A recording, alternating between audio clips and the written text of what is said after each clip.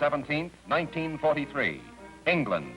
On the first anniversary of their operations against Fortress Europe, the 8th Bomber Command prepared 376 B-17s for the two most critical targets on their list, the ball bearing plants at Schweinfurt and the Messerschmitt aircraft factory at Regensburg, both deep in Germany.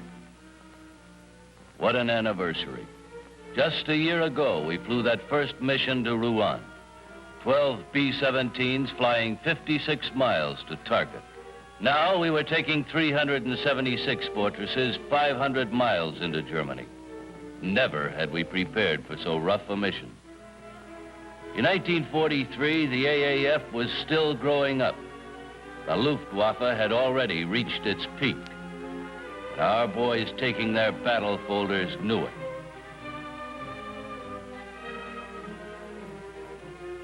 By the time we turned in our personal stuff, it was well understood that the projected double-header would bring on a large-scale and costly air battle. In chapels all over England, most of the men turned to their ministers, rabbis, or priests.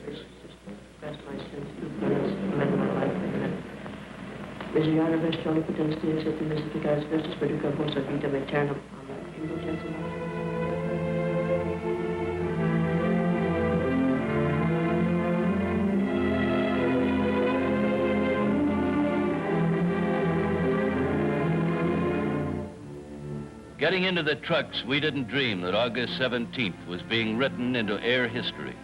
Not only because of us, there were other soldiers in the skies. This was the same day that Sicily fell to the Allies. The same day that the RAF bombed Peenemünde, the V-2 rocket plant. The same day that General Kenny's B-25s destroyed 200 Jap planes at Wewak in 8 minutes.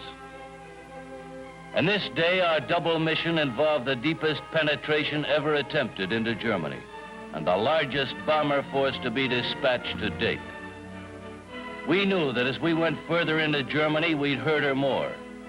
But we also knew we'd have to pay a higher price for admission.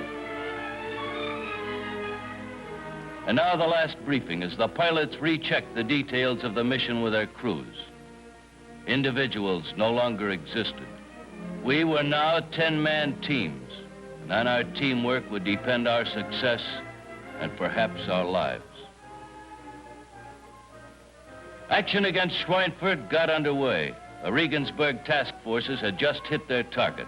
A vast and intricate machine of destruction had been set in motion. Behind these modern warriors were weeks of high command planning.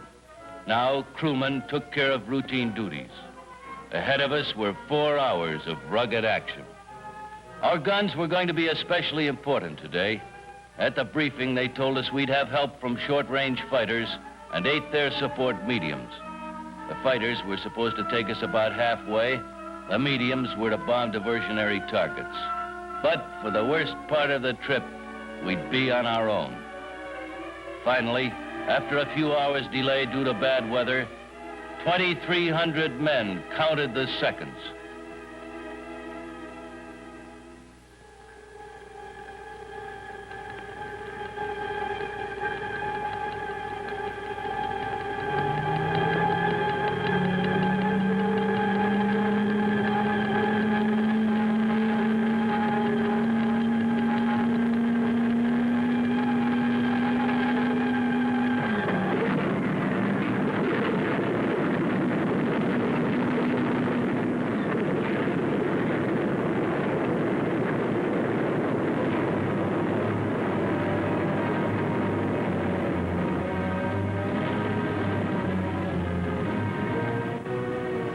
So far, American bombers had never been stopped. Although German defenses had stiffened, American formations had not been prevented from reaching their objectives once they responded to the green takeoff signal.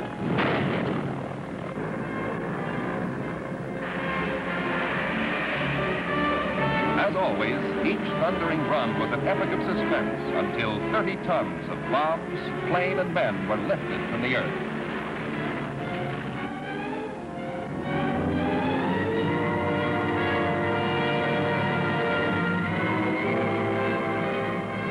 The leader of the first wing, Colonel William Gross, swept in a huge circle around the field. Gradually, the second and third bombers edged into position.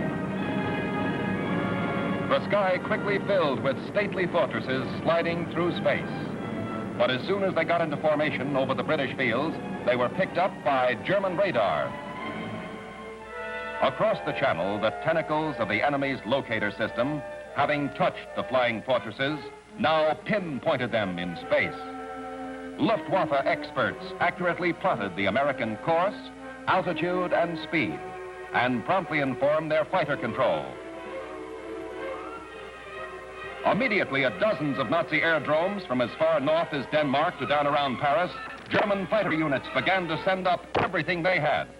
Their order was, intercept and destroy the oncoming fortresses. The answer to the increasing Allied bomber offensive was this stepped-up German fighter strength. Waves of opposition screamed off the map of Europe.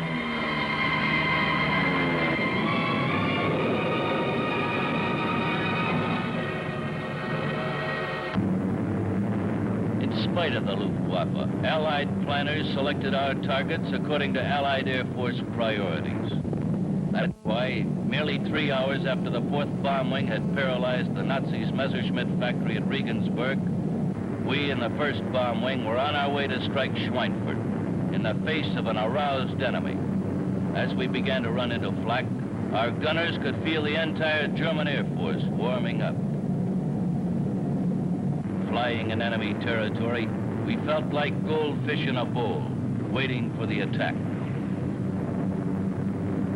Strict radio silence was maintained, while trained eyes searched the sky.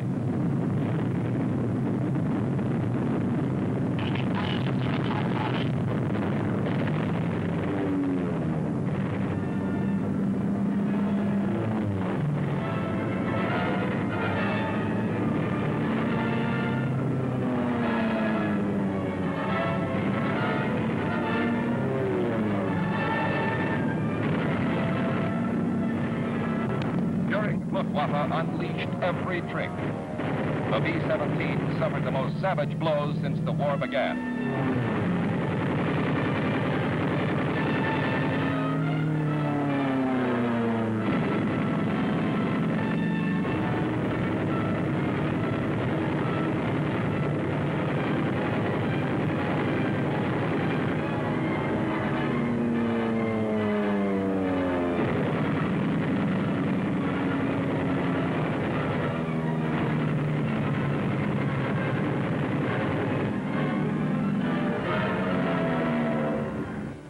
Although Jerry knocked 20 bombers out of the sky on the road to Schweinfurt, we never broke formation.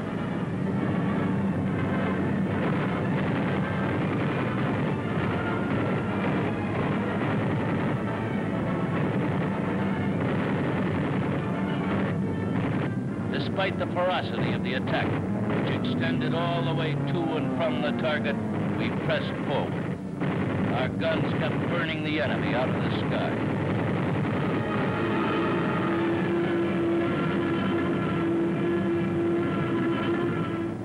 Approaching the bomb run began the most critical defensive period. Now we divided into smaller groups, sacrificing our mutual defensive firepower to bomb the target most efficiently.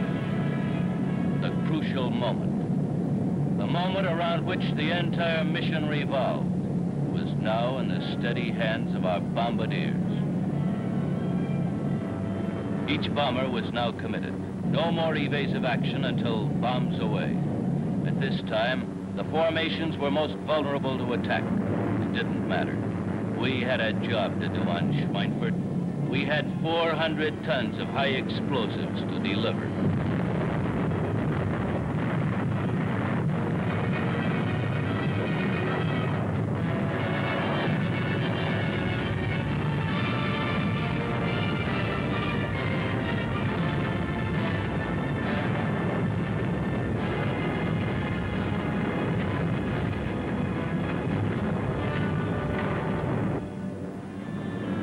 After getting 80 hits on the two main ball-bearing plants, we could defend ourselves again, at least to the extent of evasive action against flak and fighter attack. But the main idea now is to get home fast. At the British landing fields, word on the sky battle was out. Red flares were expected. That meant wounded aboard. These planes had priority in landing. Many of the fortresses themselves were crippled. A few came in with feathered props or with knocked-out landing gear. After struggling home at housetop altitude, one B-17 with wounded aboard was committed to a crash landing.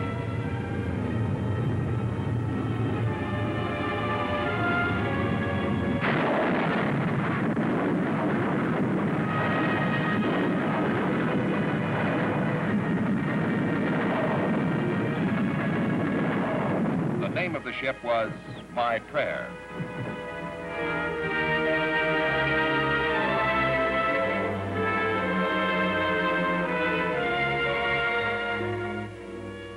The anniversary battles lost us more men and aircraft in a single day than the 8th Bomber Command had lost in our first 6 months of operations over Europe.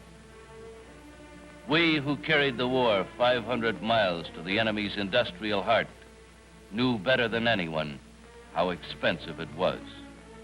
We had lost 60 bombers and their crews.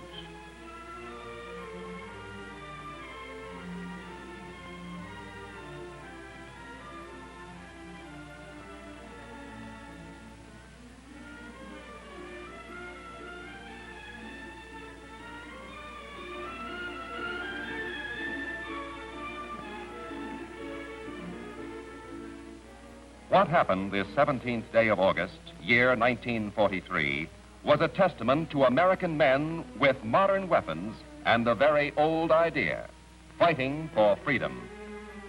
On this day, high-altitude bombers engaged in their greatest and, from the point of view of loss, their most disastrous air battle to date. Nonetheless, the results justified the price we paid. Out of these trials by fire, there did emerge from the struggle one of the most polished and powerful instruments of warfare ever assembled. This force of men and planes, this accumulation of skill and experience, became the power and might of the United States Air Force.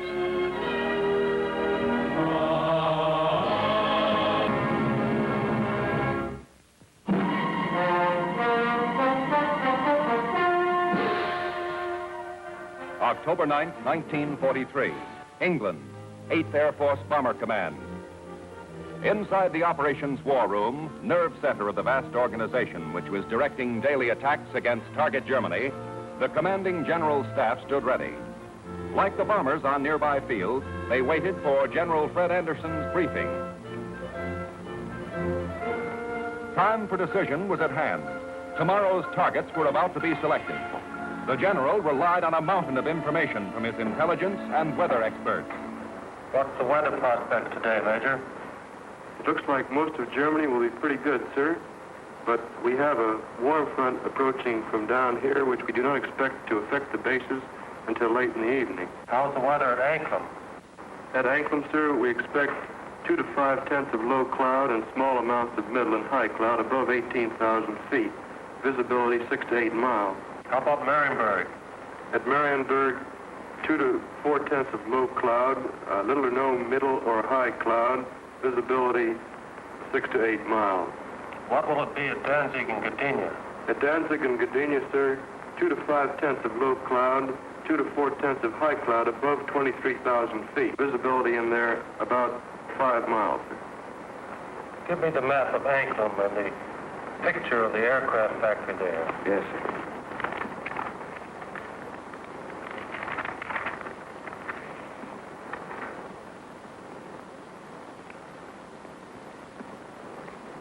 All right, Marienburg, the Focke-Wulf factory.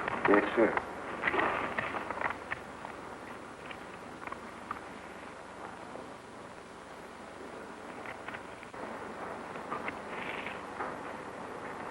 We will attack Marienburg with 2 combat wings Anklam with 2 combat wings, the shipyards of Danzig with 2 combat wings, and the port facilities at Gdynia with 2 combat wings.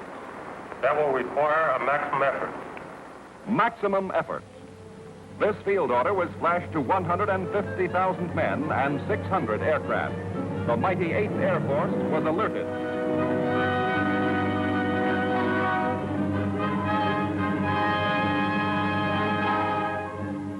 Because most of the bombers were going deeper than ever before, the plan was for the task forces to spread and thus divert German fighter defenses. Each route, though aimed at a vital target in the enemy's industrial heart, was carefully plotted to minimize enemy flak and fighter interference. General Bob Williams' 1st Division tackled their part in the mission. Control point here at 0 hour. Another control point here for the northern unit, 0 plus 40 minutes. The other from that timing, where will that put our northern force at the time that our southern force hits the IP? The northern force should be about the east coast of Denmark at that time, sir. It looks like we're going to catch all the fighters on the southern force, aren't we? Looks very much that way, sir. Well, I think we'd better bend that route around so it's headed toward Berlin. If we can pin those German fighters down in Berlin until we can get started home, they'll never catch us. Meanwhile, General Hodges' 2nd Division got ready. Danzig, eh? That's fine. How many ships do we have tomorrow? Well, sir, if you recall, General, on our last mission we had heavy battle damage, and not all those aircraft are repaired yet. Call up the wing commanders and have them put pressure on the groups to get their maintenance crews to work on these ships tonight and get every possible airplane on the line in the morning. The planning continued at General Russ Wilson's 3rd Division. Looks pretty good, sir. We're going to be right over a lake there for a good checkpoint to turn. We're going in against the sun. The sun will be at our back, sir. Defenses at the target. Major Frost, what about the flak defenses? Sir, the upper target, 24 guns. That approach is good. The lower target isn't defended by heavy guns. No heavy guns whatever at Marienburg. None, sir. At combat wing operations, Colonel Kessler's unit plotted airplane takeoffs and assembly. Field order requires that we provide the 2nd Combat Wing and the 2nd Air Task Force. 89th Group will lead, 81st Group will be high, and the 63rd Group will be low. That means that Colonel Whitten will lead the Combat Wing on this mission? That'll be fine.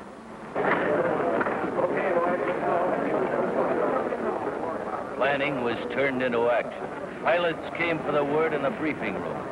For some, it was their first mission. Most of us were veterans. Everyone was checked in, no strangers allowed. What went on here could mean life or death in the air later. In a few minutes, we'd learn the nature, locale, and route of today's mission. Who was carrying the ball and what protective tactics we'd use. Once everyone settled down, the briefing started.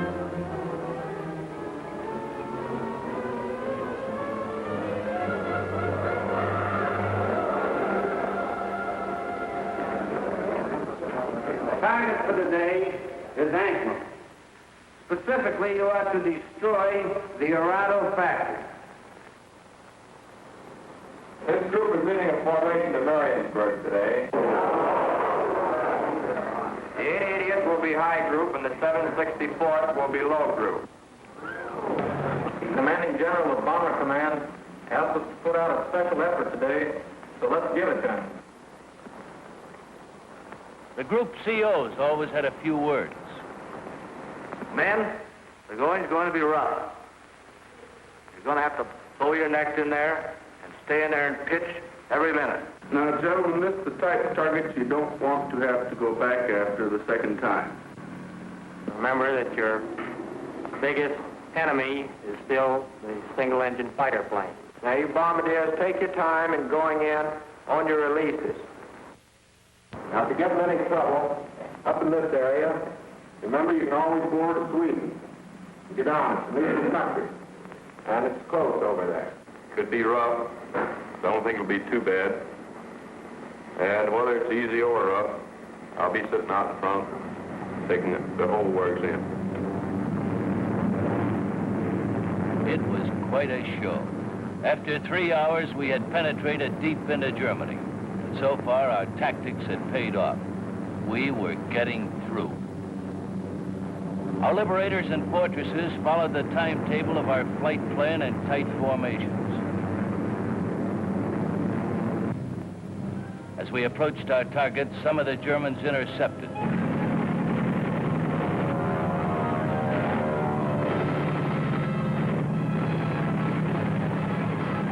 But enemy fighters and enemy flak didn't stop us from getting to our objectives. Anklam, Gdynia, Danzig, Marienburg.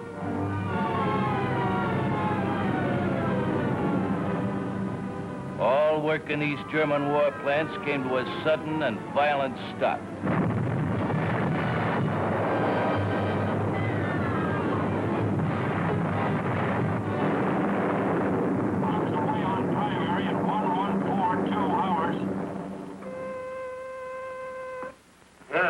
Sir, in addition to Anklam, which was attacked at 1142, Marienburg was attacked at 1305. Danzig was attacked at 1307. On bombing the target, the group leader instantly called the Bomber Command. This command, in turn, promptly informed Ira Eker, the commanding general of the 8th Air Force. Laker, I have the additional information. I reported to you that Anklam was attacked. Well, all primaries were attacked. We received strike messages on all primaries. Danzig at 1307, Marienburg at 1305, and Gdynia at 1311. Yes, sir, I'll advise you as soon as they land. This was a signal for the 8th Fighter Command to put into action their part of the battle plan. At the British bases, more than 150 P-47s began to take off to escort the returning task forces.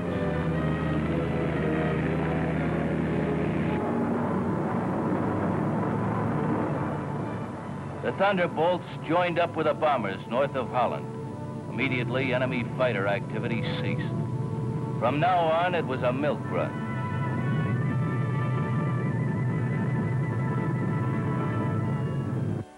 Back at the bases, 145,000 men sweated out the mission.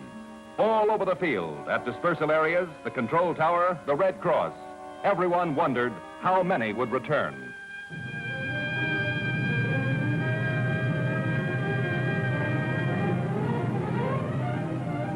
Finally, the Marienburg task force was sighted, more than 90 strong. Only 2 bombers missing from this group. The other task forces to Gdynia, Danzig, and Anklam had suffered stiffer enemy pounding. Tactics had called for them to attract enemy fighters away from the main target. It was a calculated risk, but compared to Schweinfurt, losses were cut in half.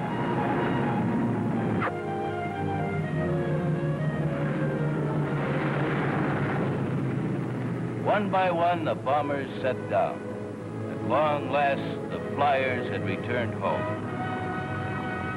Happy that they got back, our gunners celebrated their victories. Nearly 150 enemy planes destroyed. Although tension eased for the ground crews, the job of the flyers wasn't done.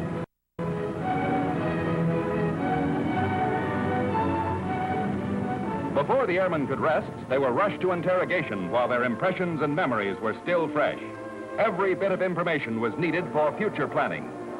3 hours and 21 minutes ago, these men were over Anklam. What time did you go over the target? At 11:43 hours, we went in at 12,000 feet. Did you get your bombs on the target? Yeah. What about enemy fighter opposition? Well, that's something we figured out. Good. Really? Well, let's get some of the details. Where did it begin, Paul?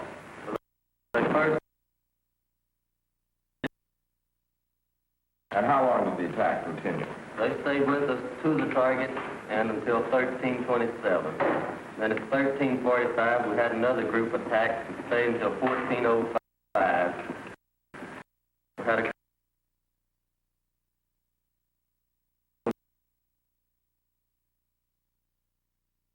Aircraft did you encounter?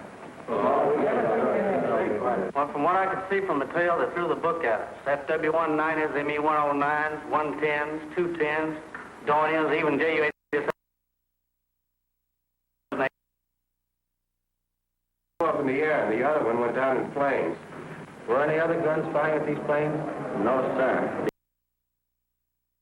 over, the cold photos were processed. They revealed the primary target, the Marienburg Fox. Only yesterday, it had been turning out half of Germany's FW-190 fighters.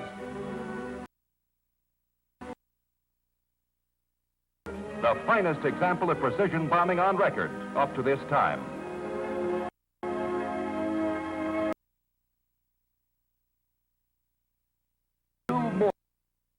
More years, the lessons of these maximum effort, long-distance missions were to be applied on an even greater scale over Germany and then Japan, with the combined bomber and escort fighter strength of the growing United States Air Force.